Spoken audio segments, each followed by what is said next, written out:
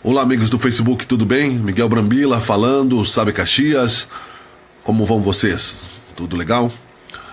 Vou fazer um comentário breve aqui sobre uma notícia que eu acabei de postar no site sabecaxias.com.br. O novo projeto editorial da Folha de São Paulo anunciado hoje.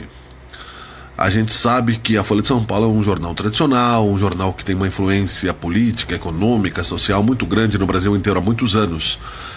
E a gente acreditou sempre na isenção dessas empresas, quem não é da área e quem é também da área de divulgação. O objetivo é seguir a tendência que as grandes empresas estão seguindo hoje de separar o joio do trigo.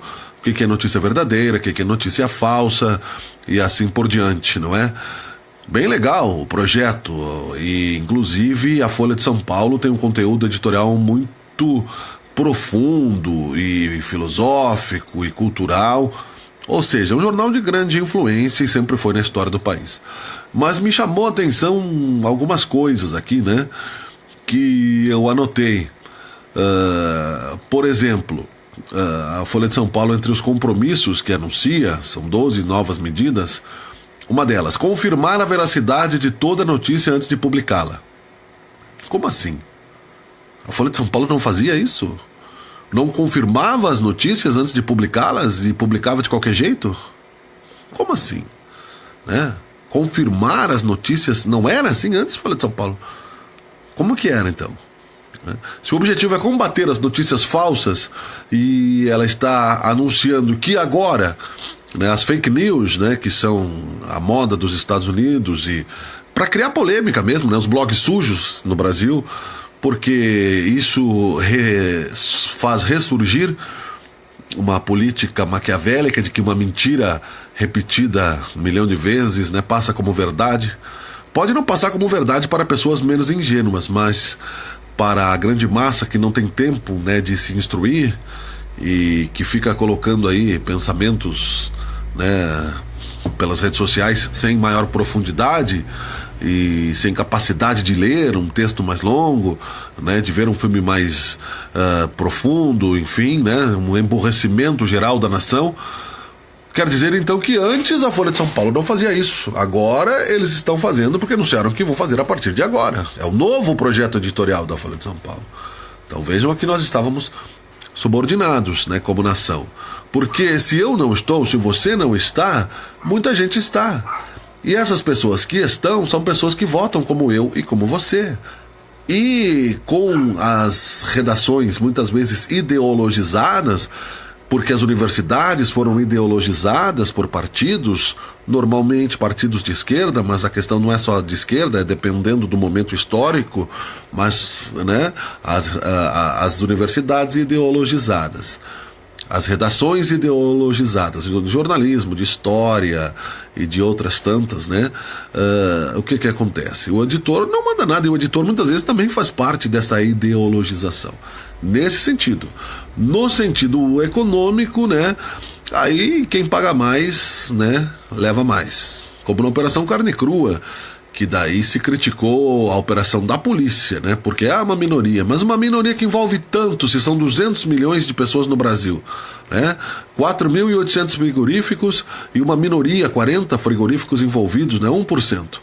1% de 200 milhões quanto é? 2 milhões de pessoas podem ter consumido carne fraca, carne contaminada, e se for um de nossa família, e se você perdeu alguém que vai ter câncer daqui a 20 anos por causa da carne que consumiu agora, que está lá no seu intestino e que fez uma alteração genética lá que você não sabe por causa do ácido ascórbico e tal. Mas como são frigoríficos, grandes redes, etc. Eu não sou adepto da teoria da conspiração, posso estar falando um monte de asneira, mas sou alguém que consagrou em mim mesmo uma frase do Raul Seixas, né, que é pena não ser burro, né, eu não sofria tanto. Então me contradiga aí nos comentários se eu estiver errado. Um dos outros pontos da Folha de São Paulo, que recentemente demitiu o Guilherme Boulos, porque já não tinha mais como mantê-lo lá, né? Quem não sabe quem é o Guilherme Boulos, era um dos agitadores da esquerda e do movimento Sem Terra e Sem Teto em São Paulo, né? Era colunista da Folha, porque eles se colocam como um jornal pluralista. Reinaldo Azevedo, que por muitos é considerado de extrema direita, mas que se diz liberal, também escreve na Folha. A outra, praticar um jornalismo que ofereça resumo criterioso e atualizado do que acontece de mais relevante e priorizar temas que sejam considerados de interesse público. Ora, essa notícia está publicada hoje, vocês podem conferir em qualquer lugar, não foi só eu copiei o texto e comentei. Praticar um jornalismo que ofereça resumo criterioso e atualizado. Antes não tinha critério, então. Não tinha critério. Porque se agora eu decido dizer, não, daqui pra frente seremos honestos, então antes todos os meus atos foram desonestos. Se eu anuncio, vou praticar a partir de agora um jornalismo criterioso, quer dizer, né, veja como funciona a influenciação, porque a mídia é o quarto poder e influencia as pessoas. Desculpe, não é? A garganta me traiu. Ou seja, um resumo atualizado do que acontece de mais relevante. Então, quer dizer, antes se publicava qualquer coisa, não importava a relevância, importava a manipulação ou a distração. Se você publica uma coisa que não tem critério e não tem relevância, se não tem critério, ela não tem moral, não tem ética. Você tem um critério moral para realizar qualquer coisa. Não estou falando de perfeição, você parte a partir dos seus critérios. Seu critério é A ou seu critério é B? Seu critério é defender ou seu critério é divulgar a verdade ou seu critério é esconder a verdade? Quando não tem critério nenhum, né, é um oba-oba, né? Você tem critério na comida que você faz, você tem critério no seu trabalho, você tem critérios de boa educação no trânsito, coisas óbvias. Então, quer dizer, a linguística deveria ser uma mágica, né, da Folha de São Paulo, mas parece que não é, né? Quando se pratica um jornalismo que ofereça um resumo criterioso e atualizado do que acontece de mais relevante. Bem, atualizado é o que se espera de um grande jornal como a Folha de São Paulo, né? Atualizado, mas se não é atualizado, se é atrasado, qual o objetivo disso? E por último, né, considerados de interesse público. Se não eram de interesse público antes, né, eram de interesse de quem?